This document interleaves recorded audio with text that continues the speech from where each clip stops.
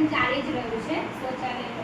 અને પણ જોડે જોડે બીજા ફેઝમાં ગવર્મેન્ટે શું કર્યું તો શૌચાલય સાથે સાથે સ્વચ્છતા માટે જે ગામમાં જે સ્વચ્છતાની જરૂર છે, જેમ કે પાણી જેમ તેમ કાઢવું ગામમાં, બીજું કચરો જેમ તેમ ફેંકવો ગામમાં, એટલે એ પણ આપણે સ્વચ્છતા જરૂરી છે. તો એના માટે ગવર્મેન્ટે કેટલી બધી સ્કીમ, જેમ કે ઘણા બધા પ્લાન આપણને આપેલા છે. મેં તમને વાત કરી કે ખાતર બનાવવા માટે પણ ગવર્મેન્ટે આપેલું છે. પાણી જે ગ્રે વોટર છે, સોફ્ટ જે બનાવે છે, જે તમે પાણી જે જાય છે, ઘરનું જે વાપરેલું પાણી જે તમે બહાર કાઢો છો, તો એ પાણીને પણ શું કરી સોફ્ટ બનાવીને એ પાણીને શું કરી ભૂગોળમાં આપણે લીધું, એને એ જમીનમાં જઈને શું કરે છે, કામ લાગે છે. એમ ધરતીમાં એ થાય છે, બહાર જતું નથી. તો એના માટે સોફ્ટ કર્યું. પછી હવે નવો એક પ્લાન્ટ આવ્યો છે, જે એટીઆર, જે પાણી ક્લીન થઈને આપણા તળાવ કે નદીમાં જશે. જે ગટર લાઈનનું પાણી છે ને એ ક્લીન થઈને ક્યાં જશે? નદી કે તળાવમાં જશે.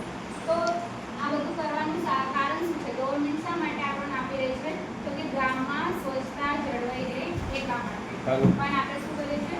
ગામમાં સ્વચ્છતા ઘરમાં રાખે છે, નો ડાઉટ, ઘરમાં બધા જ રાખતા છે, પણ ગામમાં પણ એટલી સ્વચ્છતા જરૂરી છે કે ગામમાં પણ કચરો જેમ તેમ હશે મોકલી આલીશ. હવે તમે કેટલા જણ ઘરમાં કચરો બાળે છે?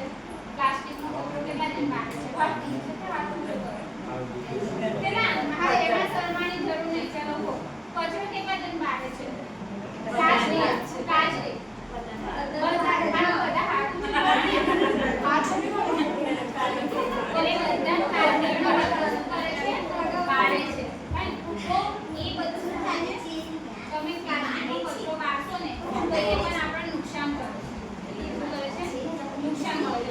અને જેમ તેમ ફેંકશો ને તો એ ઓગળતું નથી. પ્લાસ્ટિક ક્યારે ઓગળતું નથી. એટલે શું થશે? જમીનમાં શું થશે?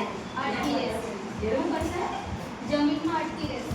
ઓગળે ને એટલે અટકી રહેશે. એટલે એ પણ આપણા ધરતીને શું કરે છે? નુકસાન કરે છે. એટલે પાણીનું સ્તર અત્યારે કઈ જતું રહ્યું છે? ઊંધું જતું રહ્યું છે. તો એના માટે આપણે શું કરવું જોઈએ? હવે પર્યાવરણ દિવસ ગયો ને, કેટલાય કોઈ મનાય પર્યાવરણ દિવસ. અત્યારે 5 જૂને પર્યાવરણ દિવસ આપણે ઉજવ્યો. તો એ શું હતું કે વૃક્ષોનું વૃક્ષારોપણ કરો. જેટલું બને એટલું વૃક્ષારોપણ કરો. હે ને, એક પેડ માટે ના, ગવર્મેન્ટે કર્યું છે ને, એક પેડ માટે ના. તો શું કામ કરવાની જરૂર પડી? તો કે અત્યારે આપણું જે પ્રદૂષણ છે ને એ બહુ બગડી રહ્યું છે. અત્યારે તમે જો જે વાતાવરણ છે, ગરમીમાં શું થાય છે? વરસાદ ગરમીમાં શિયાળા જેવું લાગે છે, વગર ટાઈમે વરસાદ કરે છે, વગર ટાઈમે ઠંડી લાગે છે, વગર ટાઈમે ઉનાળો લાગે છે. તો એનું કારણ શું? ઋતુ એક સરખી ચાલી રહી છે અત્યારે? નથી ચાલી રહી. તો એનું કારણ એ છે કે પ્રદૂષણ બહુ છે એના કારણે. અને બીજું કે આપણે પેડોનું પણ શું કર્યું છે? વૃક્ષોનું શું કર્યું છે? નાશ કરી નાખ્યું છે. એટલે એના માટે હવે આપણે નવા વૃક્ષો પણ રોપણ કરવાના હોય છે. જેમ બને એમ આપણે વૃક્ષારોપણ કરીએ તો એ પ્રદૂષણને અટકાવવા માટે આપણે પેલું પર્યાવરણને બચાવવા માટે આપણે શું કરવું પડે? તો વૃક્ષારોપણ પણ કરવું પડે. અને જોડે જોડે આપણે આ જે પ્લાસ્ટિક જે કચરો જે આપણે ફેંકીએ છીએ એનું પણ આપણે નિરાકરણ કરવું જોઈએ. હા, અહીં કચરાનું નિકાલ કોઈ દેવા ના આવતું હોય તો બરાબર છે, પણ આપણે પ્લાસ્ટિક આપણા ઘરમાં જ એને શું કરીએ? સંગ્રહ કરીએ. અને જે ભંગારવાળા આવે ને એને તમે આપી દો, તે લઈ જશે. ભંગારવાળા લઈ જશે. તો તમે એ રીતના તમે ફેંકો ના, પણ એને શું કરો? હા, પેલા પડેકા હોય ને, જે બાલાજીના ગોપાલના જે પડેકા હોય ને, એને તમે બોટલમાં રાખો. શું કરો? એક બોટલમાં ભરી લો અને એને ભેગા કરો.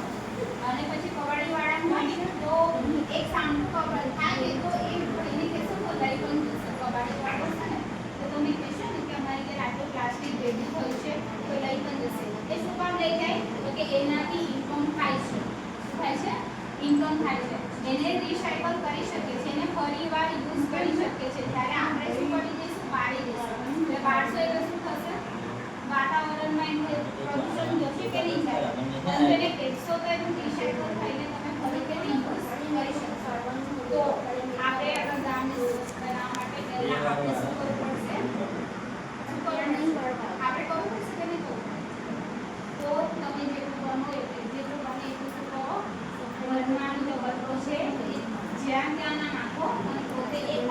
ગામમાં કોઈ એક જગ્યા ફિક્સ કરો ત્યાંથી પ્લાસ્ટિક ભેગું કરો અને કોઈ પણ હશે ને ભંગારવાળા આવશે તો લઈ જશે કેમ કે એમાંથી એ લોકોની ઇન્કમ ઊભી થાય છે એટલે ચોક્કસ લઈ જશે આપણે બહુ મતલબ દવાખાના 500 ની કરીને એક જગ્યા નાખો પણ બધી જગ્યા ના નાખો બધી જગ્યા નાખશો તો અડધી જગ્યાથી લેશે ને બધી જગ્યાએ શું કરશે એવું ને એવું કરી દેશે અને એ જ પછી આપણા ગામમાં શું થશે બધી આગળનું છે ને અને એના લીધે પછી શું થશે બીમારીઓ પણ ઊભી થશે તો જેટલું બને એટલું આપણા ગામને શું કરવું એ સુરક્ષિત બનાવવાની પ્રયત્ન કોને કરવાનો છે